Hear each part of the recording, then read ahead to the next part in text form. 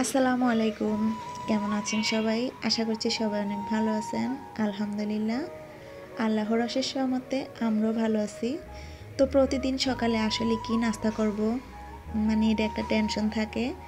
তো ছেলেদেরকে জিজ্ঞেস করি যে তোমরা কি খাবা? তো ওরা হচ্ছে এই তো দোকান থেকে রুটি নিয়ে আসলো। আর ঘরে প্রতিদিন যদি রুটি বানাই তাও খেতে চায় না।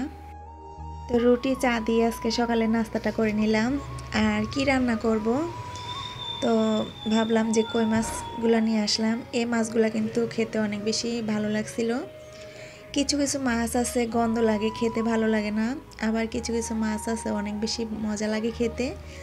তো এই কই মাছগুলো সেই রকম, খেতে খুবই ভালো লাগে, কোনো গন্ধ নাই, কিছু নাই।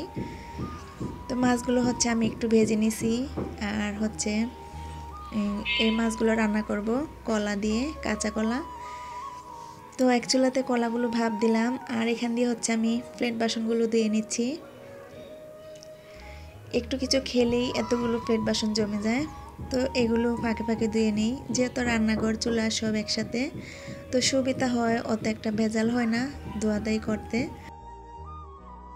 তো এই প্লেটগুলো কিন্তু কয়েকদিন পর পরে মাজতে হয়, না হলে একদম হলুদ হয়ে যায়। পানি তো মোটামুটি আয়রন আছে। আর হচ্ছে বাচ্চারা খেয়ে তেলের পানির ভিতরে যদি এভাবে রেখে দেয় তাহলে কিন্তু প্লেটগুলো নষ্ট হয়ে যায় তাড়াতাড়ি করে। তা আমি কিন্তু কয়েকদিন পর পর তারে সোবা দিয়ে মাজি। আর এবার এই কড়াইয়ের সাথে প্রতিদিনই যুদ্ধ করি। এই কড়াইটা আর হচ্ছে কালো হতে দিব না, অনেক কষ্ট করে পরিষ্কার করছি। আর পরিষ্কার কড়াইতে রান্না করতে আরও বেশি ভালো লাগে। তো এটা কিন্তু আমি প্রতিদিনই এভাবে মেজে একদম চকচকে বানিয়ে রাখি। তো আমার মা যেদিন হচ্ছে কড়াইটা ধোয় সেদিন কিন্তু একদম হলুদ হয়ে থাকে, কারণ হচ্ছে এটা মাজতে কিন্তু শক্তির প্রয়োজন আছে। আর আমার মাও চেষ্টা করে সুন্দর করে মাজার জন্য, কিন্তু অত একটা পরিষ্কার হয় না। তো একটু কষ্ট করে মাজলেও কিন্তু দেখতে ভালো লাগে, রান্না করতে তো আরও বেশি ভালো লাগে। তো সেজন্য হচ্ছে কড়াইটা আমি বেশিরভাগ সময় মেজে রাখি। তো পরিষ্কার থাকলে অত একটাই লাগে না, যদি একবার ময়লা হয়ে যায় তাহলে কিন্তু অনেক বেশি কষ্ট হয়।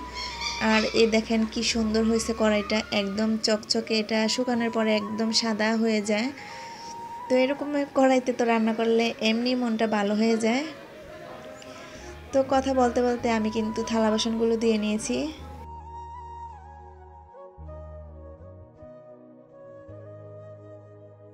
তো প্রতিবারের মতো আপনাদের কাছে আরেকটি অনুরোধ করব, যদি আমার ভিডিওটি ভালো লাগে তাহলে লাইক করবেন। আর আমার চ্যানেলে যদি নতুন হয়ে থাকেন তাহলে আমার চ্যানেলটি সাবস্ক্রাইব করবেন। সাবস্ক্রাইব করে আমার সাথেই থাকবেন। আর যারা যারা আমার চ্যানেলটি সাবস্ক্রাইব করেছেন সবাইকে আমার পক্ষ থেকে অসংখ্য ধন্যবাদ।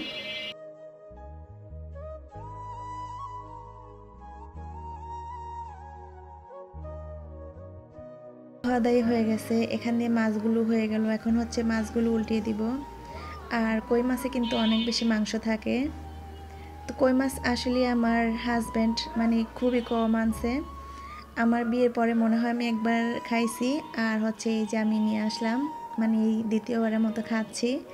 তো সে হচ্ছে ভাবছে মাছগুলো মনে হয় ভালো লাগে না খেতে। তো এখন বলতেছে খাওয়ার পরে যে কই মাছ আসলে মজা লাগে। তো আবার পরবর্তীতে নিয়ে আসব। আর মাছও প্রায় মোটামুটি শেষ, যেহেতু মাস শেষ হয়ে যাচ্ছে।